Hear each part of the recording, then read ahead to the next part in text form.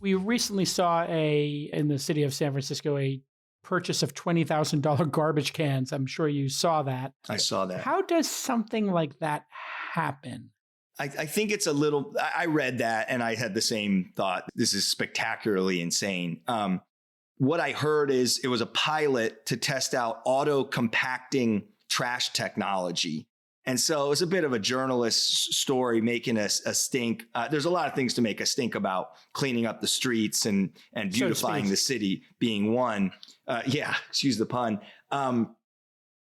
But running a pilot, I actually think that's what we want our governments to do, be more innovative. And so they're operating in glass houses with everyone throwing stones at them. So it's an extremely difficult operating environment. I'll give you a couple examples.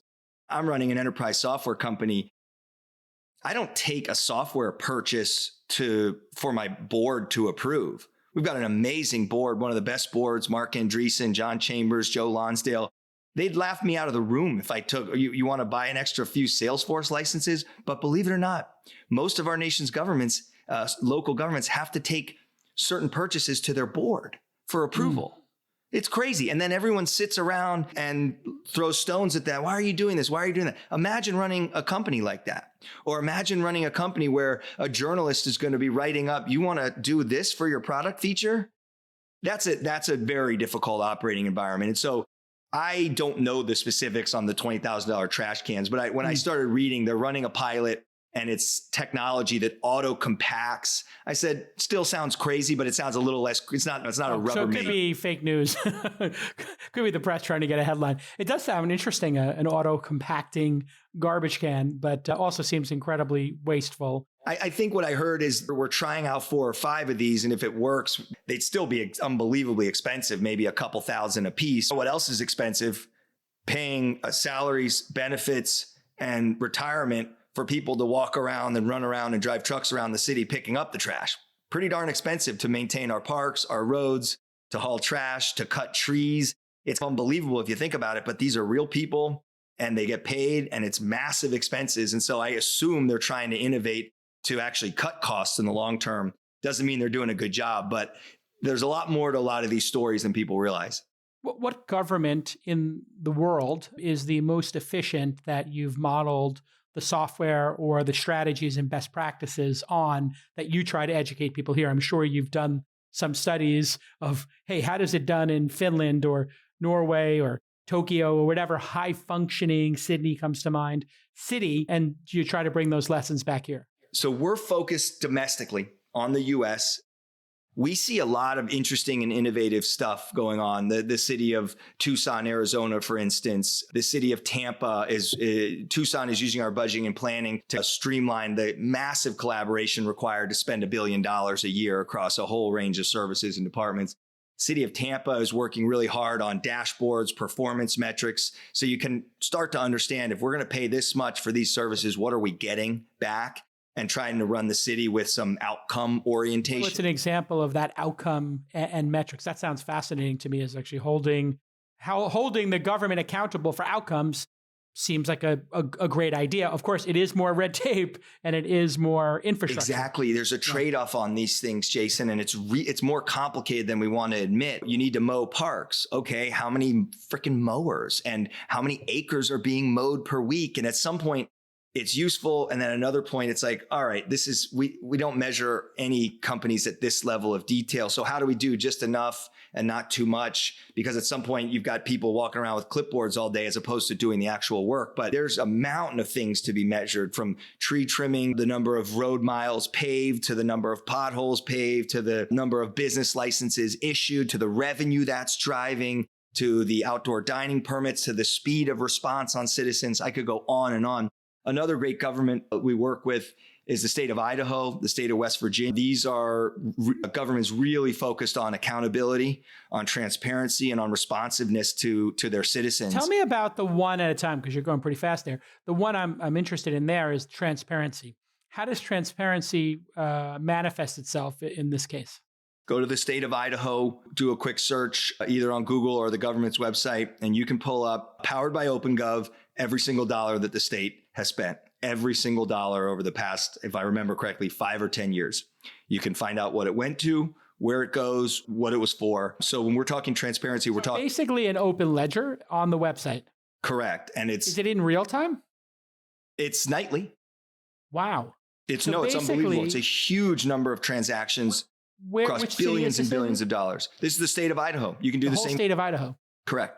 And so I wonder, are journalists now or people who are competing for that business now able to see where the money's flowing and then report on it or compete on it? Have you seen examples of that where this transparency led to either more competition or reducing corruption? I guess the act of just publishing it makes it easier to steal. You mean harder?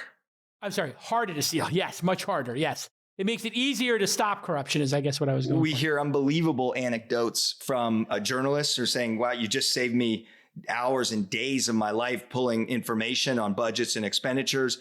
You hear citizens, they'll go to their council or legislative meetings and say, thank you. Like, I trust you more. You're putting it out there for us to analyze and see. We've had stories where we've actually uncovered discrepancies that turned out to be serious problems, and the government found corruption or fixed. Example? We had in the state of Ohio, our data and our technology helped the Attorney General of Ohio find a price fixing scheme for road salt. Sounds funny, sounds odd, but there were two major players, if I remember correctly, and they were colluding, which is against, I think, either state or federal antitrust laws or some price fixing laws. And they found it doing analysis through the data that was published through OpenGov. And so we talked about transparency. And then you also talked about response time. Where would that response time be seen? And are people actually recording the response time for, 911, 311, and then publishing it?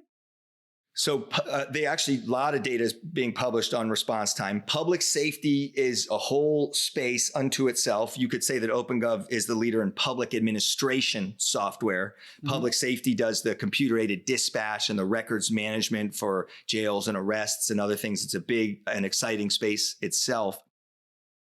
Those response times are frequently published on OpenGov dashboards and stories pages and transparency. There's all sorts of other types of response times. For instance, if you're a vendor or a developer or contractor in the community, what's the response time for getting a permit issued?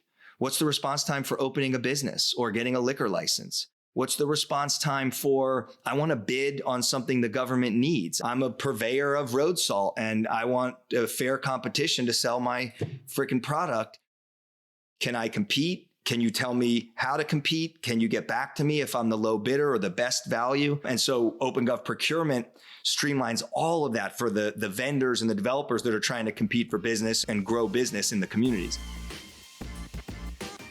Before we get to the ad read, I want you to go to linkedin.com/unicorn and post your first job for free at LinkedIn Jobs. That's right, a free job posting from LinkedIn Jobs. You're founders, you're running a company, you need to get talent in there to help you out because your company is growing and you're so busy. Time spent searching for and interviewing the wrong candidates for a job opening is wasted time. You could be putting that into your customers, your product, your team, and your vision. That's why LinkedIn Jobs has made it easier to get the candidates worth interviewing in front of you, and they do it so fast. You can create a job post in minutes on LinkedIn and reach the world's largest professional network of over 750 million people. Focus on the candidates with the skills and the experience you need and use screening questions to get your role in front of the most qualified people. Then use the simple tools that are built into LinkedIn Jobs to quickly filter and prioritize who you want to interview and hire. We love LinkedIn Jobs here at Launch and This Week in Startups. We hired a third producer. We're going to hire a fourth. We got a curriculum designer working on Founder.University, which is going to be a 12-week program. Every week, 40 million job seekers visit LinkedIn. You get your first job listing for free. That's right, free, F-R-E-E, linkedin.com/unicorn, linkedin.com/unicorn to post that job for free. Terms and conditions do apply because they're giving you something for free.